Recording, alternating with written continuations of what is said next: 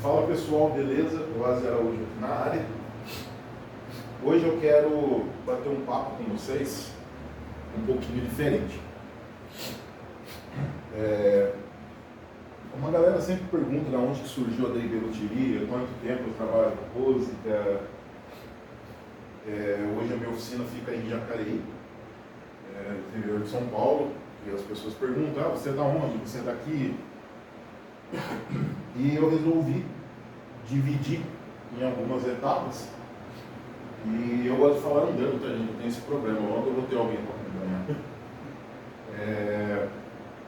Eu quero dividir com vocês hoje um pouquinho da minha história, da minha trajetória. Eu vou dividir esse vídeo em algumas partes para contar um pouquinho o que me fez chegar até a D&B Loteria hoje. Você está pegando o volume do ventilador aqui? Assim, eu nasci aqui na cidade de Jacareí, interior de São Paulo. Para quem me conhece aqui, eu acredito que quem me conhece aqui me conhece há 15 anos, 16 anos no máximo. Sou bem ruim com datas, porque eu nasci aqui e eu saí daqui muito pequeno. Eu acredito que eu tenha saído daqui de Jacareí cerca de 2 anos, 1 ano e meio, 2 anos ou menos. Para a galera que não sabe, que eu acredito que pode ser a maioria aqui do vídeo, meus pais, meu pai no caso, ele foi muitos anos pastor evangélico da igreja quadrangular. E aí a gente foi criado meio cigano. Então eu tenho 2 irmãs, uma mais nova que eu, uma 8 anos mais nova que eu e uma 2 anos mais velha. E logo pequeno daqui, eu, a minha irmã mais velha, o meu pai mudou e a gente foi morar na cidade de Jacarezinho.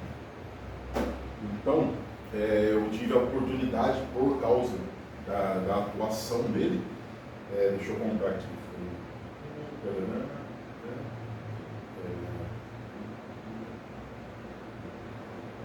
Então eu morei em 6 cidades, contando com Jacareí que eu retornei. Então foi 5 cidades fora de Jacareí. E como que foi? A primeira cidade a gente mudou, eu ainda era muito criança, eu não tenho memórias, tá? É muito grande. Minha irmã deve ter, porque ela é 2 anos mais velha que eu. E a gente foi morar na cidade de Jacarezinho, que é o norte do Paraná. Tem flashes assim que eu considero que eu não tenho lembranças dessa época, porque são só coisas assim que eu imagino que eu vivi, ou que eu vi, ou que aconteceram, mas eu não sei dizer se é real, entendeu? Porque eu era muito pequeno, realmente eu era muito pequeno. Eu tenho algumas ideias, tenho algumas fotos que meu pai tem, que eu consigo olhar. Quando eu olho uma foto, eu tenho algumas memórias boas, outras ruins, mas eu não sei até onde isso é o meu cérebro que cria ou se é real. Então eu não vou me atentar muito à cidade de Jacarezinho. A única coisa que eu sei que Jacarezinho era uma cidade muito quente, extremamente quente, muito calor. Que é a cidade de Jacarezinho, que é norte do Paraná. Se você é de Jacarezinho, vai que tem alguém assistindo aí que viu eu pentelho lá em rádio, comenta aí no vídeo. Depois a gente se mudou para uma cidade chamada Taquarituba, na região de Avaré, no interior de São Paulo também. Taquarituba, a minha irmã, eu sei que ela tem mais memórias, porque ela tinha várias amigas, e no entanto, quando a gente saiu dessa cidade de Taquarituba, tinha alguns eventos, alguns rolês, que esse pessoal eles iam até essa cidade que a gente mudou. Eu também tenho, pequenas, algumas péssimas memórias da época que eu morei, não sei dizer também como que era, não tenho lembranças. Eu sei que lá teve algumas coisas que meu pai conta e que eu tenho alguns flashes na cabeça. Foi que ele teve um varejão de frutas, teve uma peixaria, ele vendia quadros também, que aí quadros eu lembro, depois numa outra cidade futura eu trabalhei com venda de quadros também. Eu lembro que ele conta bastante a história de um padre da cidade que comprava dele coleções, quadros, painéis do Charlie Chaplin. O padre era fãzaço do Charlie Chaplin. São pequenas memórias, coisas que a gente lembra aí, mas eu também não vou me atentar muito. Aí eu começo a me lembrar da minha infância e da minha relação com música, lógico que desde criança eu estava na igreja. Então meu pai sendo pastor, eu estava na igreja. Fui criado no meio da bagunça, no meio de músico, no meio de barulho, de instrumento, naquele esquema assim. E quem viveu a minha época sabe do que eu estou falando. Eu vou me atentar na cidade de Piraí do Sul. Eu lembro que aí a gente resolveu mudar para Piraí do Sul, que é no Paraná. E lá eu tive a minha segunda infância, não sei se fala assim, ou pré-adolescência. Lá foi onde eu aprendi muita coisa. Eu aprendi a ser forte, foi a primeira escola que eu reprovei, na 5ª série. Pensa comigo, um moleque de fora, no Paraná, uma cidadezinha pequena, gordo que parecia um leitão branco, eu ainda não tinha barba para disfarçar, e filho de um pastor da cidade, que meu pai era bem conhecido, e eu era um babaca, cara, eu era um moleque atentado, assim. Então lá eu comecei a entender o que a vida ia pedir de mim. Então, tipo, eu não falo bullying, que isso aí é uma palhaçada também, na verdade, tudo que eu vivi, tudo que eu passei, para mim só me deixou mais forte. Eu não tenho nada a reclamar disso. Mas lá eu vi que as coisas iam mudar, que o tempo ia passar e eu ia ter que crescer de alguma forma. Então lá eu estudei, eu tive minha primeira aula de violão nessa cidade. Essa igreja era muito musical, tinha banda que na época gravou fita cassete, tinha eventos num teatro. Eu lembro as experiências que eu conto, às vezes, sobre sítio, foi lá. Do lado da igreja que a gente morava tinha um açougue, no fundo tinha um próprio matadouro do açougue.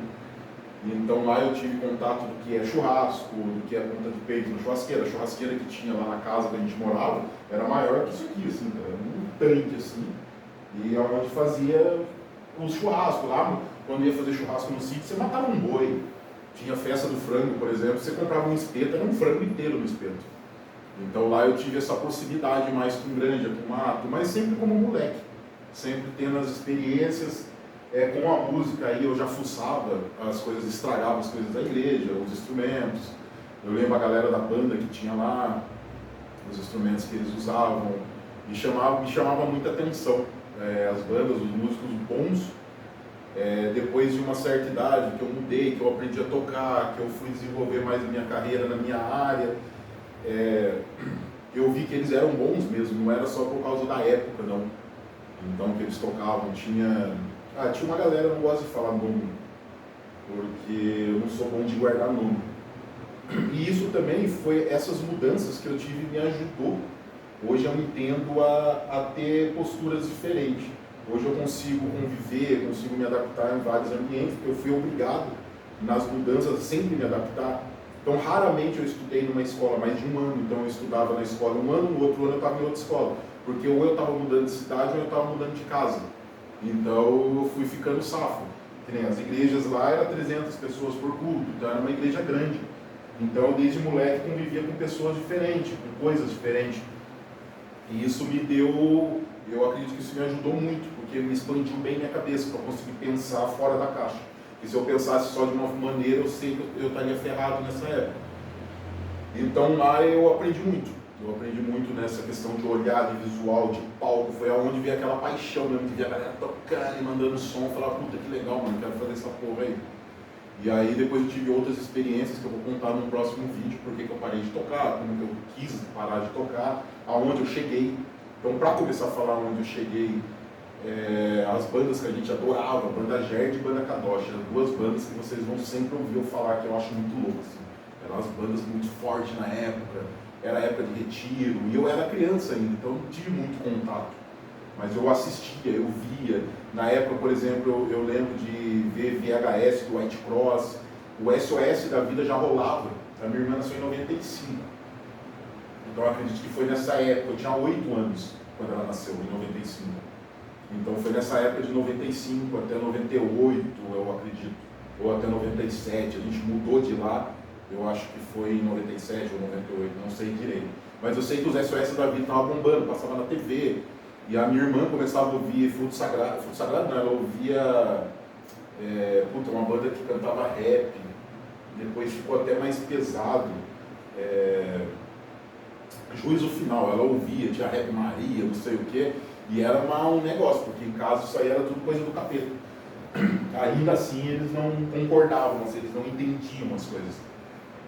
Mas com o tempo as coisas foram mudando. E foi aí que a gente mudou para a cidade de Itapetininga. Itapetininga foi onde eu tive a primeira banda, onde aconteceu as coisas. Eu vou contar para vocês aqui no próximo vídeo o meu primeiro contato com tocando realmente um instrumento musical. No Paraná eu estudei, eu fiz uma ou duas aulas lá na época de violão e tal, e não tive muito acesso também, mas quando eu mudei para Itapetininga, no primeiro dia que a gente mudou, que a gente foi no primeiro culto lá, que teve o lance da igreja, foi o meu primeiro contato com um instrumento que eu vinha a exercer só ele futuramente. E isso eu vou contar no próximo vídeo para vocês. E é isso aí, beleza? Galera, acompanhe, siga, compartilhe. Estou tentando rolar os conteúdos da oficina junto e vamos que vamos.